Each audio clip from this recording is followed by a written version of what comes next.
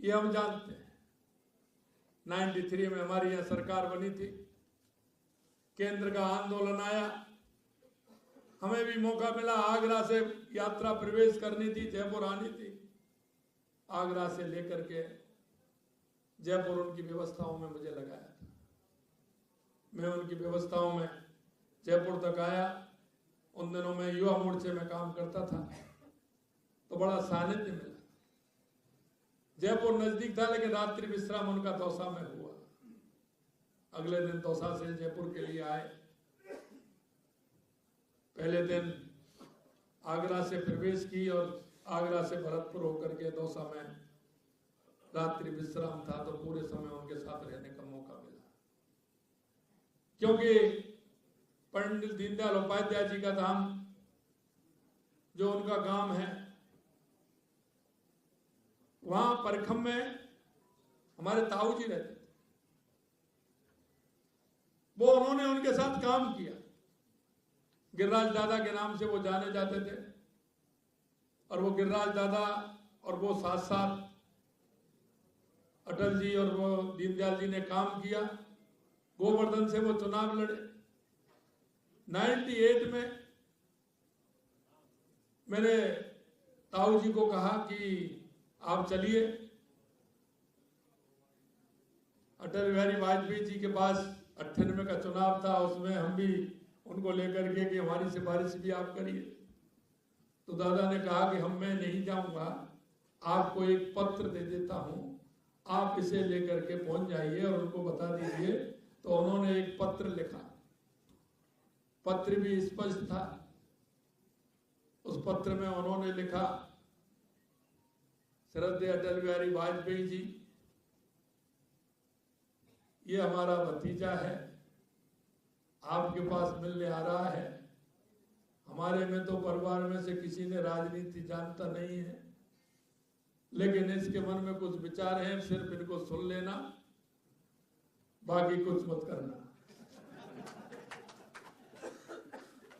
इतना उन्होंने पत्र में लिखा। मैं पत्र को लेकर के पहुंचा, मैंने वहां पत्र दिया और उन्होंने मेरे से कहा, क्योंकि माननीय घनश्याम जी भाई साहब कह रहे थे, तो उन्होंने कहा, अच्छा गिरिराज दादा ने के यहाँ से आए हो? कि हाँ, दाल बाटी चूरमा अच्छा खिलाते थे। दाल बाटी चूरमा अच्छा खिलाते थे, क्योंकि वो ब्रज का दाल बाटी चूरमा का उनको ध्यान था, तो उसका जिक्र भी उन्होंने किया। मैं कहना चाहता हूं मेरे भाइयों कि माननीय अटल बिहारी वाजपेयी जी ने जिस तरह से युवा रहते हुए युवा से लेकर के जो उन्होंने काम किया, एक राष्ट्र को दिशा देने का काम किया। और आपको ये और बताना चाहता हूं, कुछ भी सही, लेकिन लोकसभा में जब वो तर्क संगत बात रखते थे तो विरोधी भी उनका लोहा मानते थे और लोग भी सुनते थे, क्योंकि जो वो कहते थे, कई बार उनके जीवन की कविताएं भी हैं। टूटे हुए सपनों की कौन सुने जिसकी, अंतर की चीर विदा पलकों पर ठिठकी, हार नहीं मानूंगा रार नहीं ठानूंगा, काल के कपाल पर लिखता मिटाता हूं, गीत नया गाता हूं।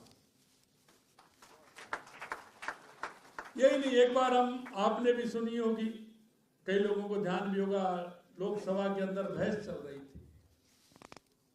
बहस कोई केदारनाथ की थी और उनके बार बार केदारनाथ कह रहे थे, एक बार अमरनाथ निकल गया।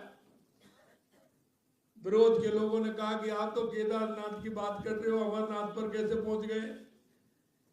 तो उनका तर्क संगत उत्तर देखिए। उन्होंने कहा कि मेरे को तो सारे नाथ एक से लगते हैं।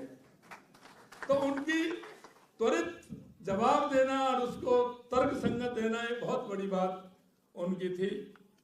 मैं आपसे इतना ही कहना चाहता हूं कि उनके जीवन से, क्योंकि जिन्होंने भारतीय राजनीति में सुस्ता, सौम्यता, पारदर्शिता, सुशासन और संवेदनशीलता का अवधारण अगर कोई है तो माननीय अटल बिहारी वाजपेयी जी हैं, जिन्होंने इनका पालन करते हुए राजनीति, वर्तमान राजनीति के मूल्यों को अपनाने की बहुत ज्यादा जरूरत है।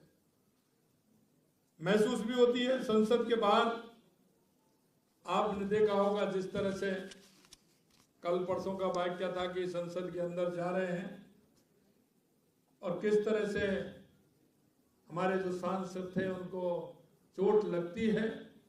निश्चित रूप से ये संसदीय परंपरा किस तरह की हो, अगर कोई सीखे तो अटल बिहारी वाजपेयी जी के जीवन से सीखे। उनकी प्रधानमंत्री जी के कार्यकाल में जो उपलब्धियां थी, परमाणु विस्फोट से लेकर के राष्ट्रीय राजमार्ग, सर्व शिक्षा अभियान, कारगिल विजय, ये उनके जीवन के हिस्से थे।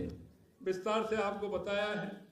मैं सिर्फ इतना कहना चाहता हूं कि 25 दिसंबर को हम सुशासन दिवस के रूप में मनाते हैं और राजनीति में यह आवश्यकता है, सुस्तता की बहुत बड़ी आवश्यकता है। हम जो गांव गांव ढाणी ढाणी जाते हैं, लोगों को विश्वास भी दिलाते हैं और ये सही कहा उन्होंने। हमारे कार्यकर्ता ने जिस तरह से मेहनत की है, काम किया है, निश्चित रूप से आज उसका प्रतिफल है। और माननीय हमारे देश के यशस्वी प्रधानमंत्री नरेंद्र मोदी जी, अटल बिहारी जी वाजपेयी ने जो कहा उस काम को आगे बढ़ा रहे हैं। सही कहा राठौर साहब ने, राजस्थान के अंदर ये अटल बिहारी वाजपेयी जी की परिकल्पना थी। नदियों से नदियां जोड़ना, हर गांव को सड़क से जोड़ना, हर गांव में शिक्षा का अभियान चलाना, हर गांव को बिजली से जोड़ना, हर गांव में शिक्षा और चिकित्सा की व्यवस्था होना। माननीय अटल बिहारी वाजपेयी जी का एक भाषण और मैं आपको याद दिलाना चाहता हूं। वो कहते थे, शहर और गांव की दूरियां सरकार ने बढ़ाई हैं, ये दूरियां कम होनी चाहिए। हमारा भारत देश गांव की पहचान से जाना जाता है। इसकी 80% आबादी गांव में रहती है। अगर हम इसको ठीक प्रकार से नहीं करेंगे तो ये भार शहरों पर आएगा और धीरे धीरे आप देख रहे हो कि भार जिस तरह से शहरों पर बढ़ रहा है। ये उनके विचार थे। मैं आज उनके सुशासन दिवस के अवसर पर राजस्थान के अंदर कुछ घोषणाएं मैंने की हैं। युवाओं को जागरूक करने के साथ प्रशिक्षण सुविधाएं उपलब्ध कराने के लिए प्रत्येक ग्राम पंचायत में हमारी सरकार अटल ज्ञान केंद्र की स्थापना करेगी। ये अटल ज्ञान केंद्र युवाओं को प्रोत्साहित करने तथा सामाजिक विकास में भागीदारी बनाने के लिए प्रत्येक केंद्र पर स्थानीय युवक युवती को अटल प्रेरक के रूप में चयन किया जाएगा। हमारी जो 12,000 पंचायतें उसमें एक अटल प्रेरक के रूप में चयन किया जाएगा। उनको रोजगार देने का भी काम किया जाएगा। ग्रामीण क्षेत्र के युवाओं के स्वयं अध्ययन व प्रतियोगी परीक्षाओं की तैयारी तथा आमजन में पढ़ने की प्रवृत्ति को बढ़ावा देने के लिए अटल ज्ञान केंद्रों पर ई लाइब्रेरी की सुविधा विकसित की जाएगी। उसमें लाइब्रेरी भी होगी और ई लाइब्रेरी भी होगी। ग्रामीण युवाओं के बेहतर भविष्य के लिए कैरियर, भर्ती, रोजगार के अवसरों की जानकारी प्रदान करने के साथ साथ काउंसलिंग, प्रशिक्षण सुविधाओं भी इन केंद्रों पर उपलब्ध कराई जाएंगी। अटल प्रेरकों द्वारा जरूरतमंद व्यक्तियों के परिवारों को सरकारी योजनाओं के अंतर्गत पात्र अनुसार लाभ दिलवाने में भी सहायता भी की जाएगी। इन अटल ज्ञान केंद्रों पर लगभग सरकार का 550 करोड़ रुपए का खर्च आएगा। यह हमारी सरकार इसको करने वाली है।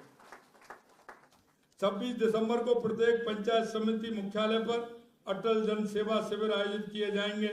हमारी सरकार ने ई गवर्नेंस अवार्ड का नाम बदलकर अटल ई गवर्नेंस अवार्ड कर दिया है। सभी विद्यालयों में स्थित कंप्यूटर कक्ष का नामकरण अटल कंप्यूटर कक्ष के रूप में किया जाएगा। अटल बिहारी वाजपेयी जी का जीवन और योगदान भारतीय राजनीति के स्वर्णिम अध्याय है। उनके आदर्श और उनकी कविताएं सदैव हमें प्रेरणा देती रहेंगी। आइए हम सब मिलकर उनकी विचारधारा को अपने जीवन में उतारें और भारत को उस ऊंचाई तक पहुंचाएं जिसका सपना अटल जी ने देखा था। अंत में मैं 2 लाइन कहना चाहता हूं। राजनीति के दलदल में तुम सा कोई कमल कहाँ, तुम सा गंभीर, तुम सा सशक्त, तुम सा कोई अटल कहाँ। मैं आप सभी से इतना कहना चाहता हूं कि माननीय अटल बिहारी वाजपेयी जी के जीवन से प्रेरणा लेते हुए हम सबको हमारे इस राजनीतिक परिप्रेक्ष्य से अगर हम देखें तो हमको उनसे प्रेरणा लेकर के हमारे राष्ट्र को मजबूती का काम करना चाहिए। उनका जो सुशासन और संवेदनाएं जो उनकी हैं उनको साथ लेते हुए जन भागीदारी की बात करते हुए हमें हमारे राष्ट्र को और मजबूत करें। यही उनको सच्ची श्रद्धा सुमन होंगे।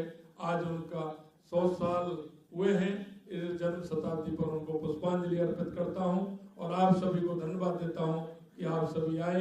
निश्चित रूप से जो आज हमने ये घोषणा की है ये हम जल्दी इनका अमली जामा पहना करके पूरे ग्राम पंचायत स्तर तक और नगर निकाय स्तर तक हम इसको ले जाएंगे। आप सभी को बहुत बहुत धन्यवाद। नमस्कार। जय हिंद, जय भारत।